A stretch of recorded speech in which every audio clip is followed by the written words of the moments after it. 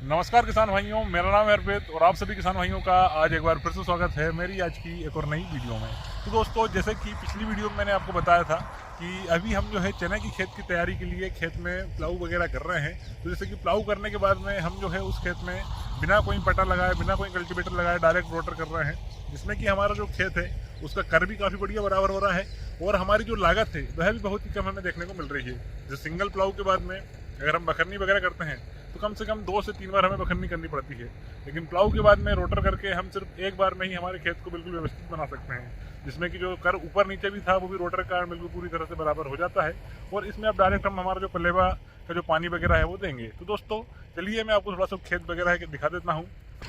तो किसान भाइयों, जैसे कि प्लाऊ के बाद में डायरेक्ट रोटर करने के बाद जैसे जो हमारे टायर वगैरह के निशान हैं वो हमें देखने को मिलते हैं, जो कि जिस समय हम पलेवा करके बखरनी करते हैं उस समय हमारा बिल्कुल कर और बढ़िया बेहतरीन बराबर हो जाता है। इसी के साथ में जो मिट्टी का साइज़ है देखें तो हम लगभग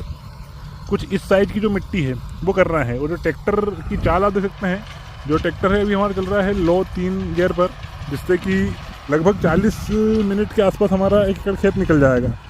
और ट्रैक्टर के ऊपर किसी प्रकार का कोई लोड वगैरह नहीं पड़ रहा है और काफ़ी बढ़िया अच्छी चाल से ट्रैक्टर जो है वो चल रहा है, जो कि कम से कम खर्च में हमारे खेत को तैयार कर करके दे देगा। तो दोस्तों, अगर आप भी अपने खेत में प्लाऊ वगैरह करते हैं तो आप भी सिंगल जो क्या कहते हैं रोटर करके अपने खेत को तैयार कर सकते हैं, जिससे कि आपकी जो लागत है वह भी कम होगी और खेत जो है वह भी बिल्कुल व्यवस्थित बना हुआ हमें देखने को मिलेगा। जैसे कि मैं आपको थोड़ा सा ऊपर चल के दिखा देता हूँ कि जो हमारा फाइनल जैसे प्लाऊ के बाद में जो मिट्टी थी वो किस तरह से थी। तो कुछ इस साइज की जो हमारी मिट्टी वगैरह निकली थी प्लाऊ के बाद में, तो इसको डायरेक्ट हम रोटर से बराबर कर रहे हैं। जैसे साइड साइड हमने जो मेयर वगैरह पे कल्टीवेटर से मेयर मार दी थी, जिसके उनकी जो साइड में हमारा प्लाऊ ठीक ठाक नहीं चलता है और बाकी जैसे यहाँ पर हमारा प्लाऊ ही चला हुआ था, तो इस कर को भी बिल्कुल व्यवस्थित तरीके से रोटर हमारा बराबर कर देगा। जैसे मैं यहाँ पर आपको ये जो दिख रहा है डिम्मे वगैरह, ये देखते हैं।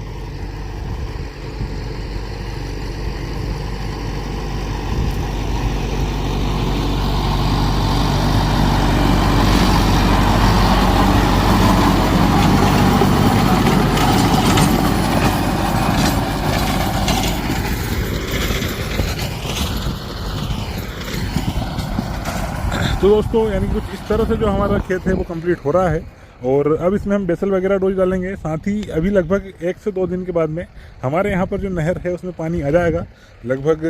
6 से 7 तारीख के बीच में, जिसके बाद हमें पलेवा वगैरह करना ही पड़ेगा। इस कारण जो खेत की तैयारी है वो थोड़ी जल्दी करनी पड़ रही है, नहीं तो प्लाऊ के बाद में लगभग 8 से 10 दिन का जो गैप है वो ज़रूर हम रखते ही हैं, लेकिन इस बार समय के अभाव के कारण बिल्कुल लगे लगाए ही काम हमारे चल रहे हैं। तो दोस्तों हमारी जो आज की वीडियो है उसमें मैंने आपको बताया कि जो हम खेत की तैयारी है वो किस तरह से कर रहे हैं प्लाऊ करने के बाद में, और अगली वीडियो में आपको जानकारी दूंगा जिसमें कि हम जो बेसल डोज है वो डालने वाले हैं, साथ ही कौन कौन सी खादों को डालेंगे, साथ ही किस मात्रा में डालेंगे, उससे संबंधित जानकारी भी बहुत ही जल्द आपको हमारे चैनल पर देखने को मिलेगी। और अगर आप हमारे चैनल पर पहली बार आ रहे हैं तो चैनल को सब्सक्राइब कर लें, जिससे कि आपको हमारी खेती किसानी जुड़ी हुई सभी वीडियो की नोटिफिकेशन समय समय पर देखने को मिल जाएगी। तो चलिए दोस्तों, मिलते हैं आपसे बहुत जल्द एक और नई वीडियो में एक और नई जानकारी के साथ में। तब तक के लिए जय जवान, जय किसान, जय विज्ञान, भारत माता की।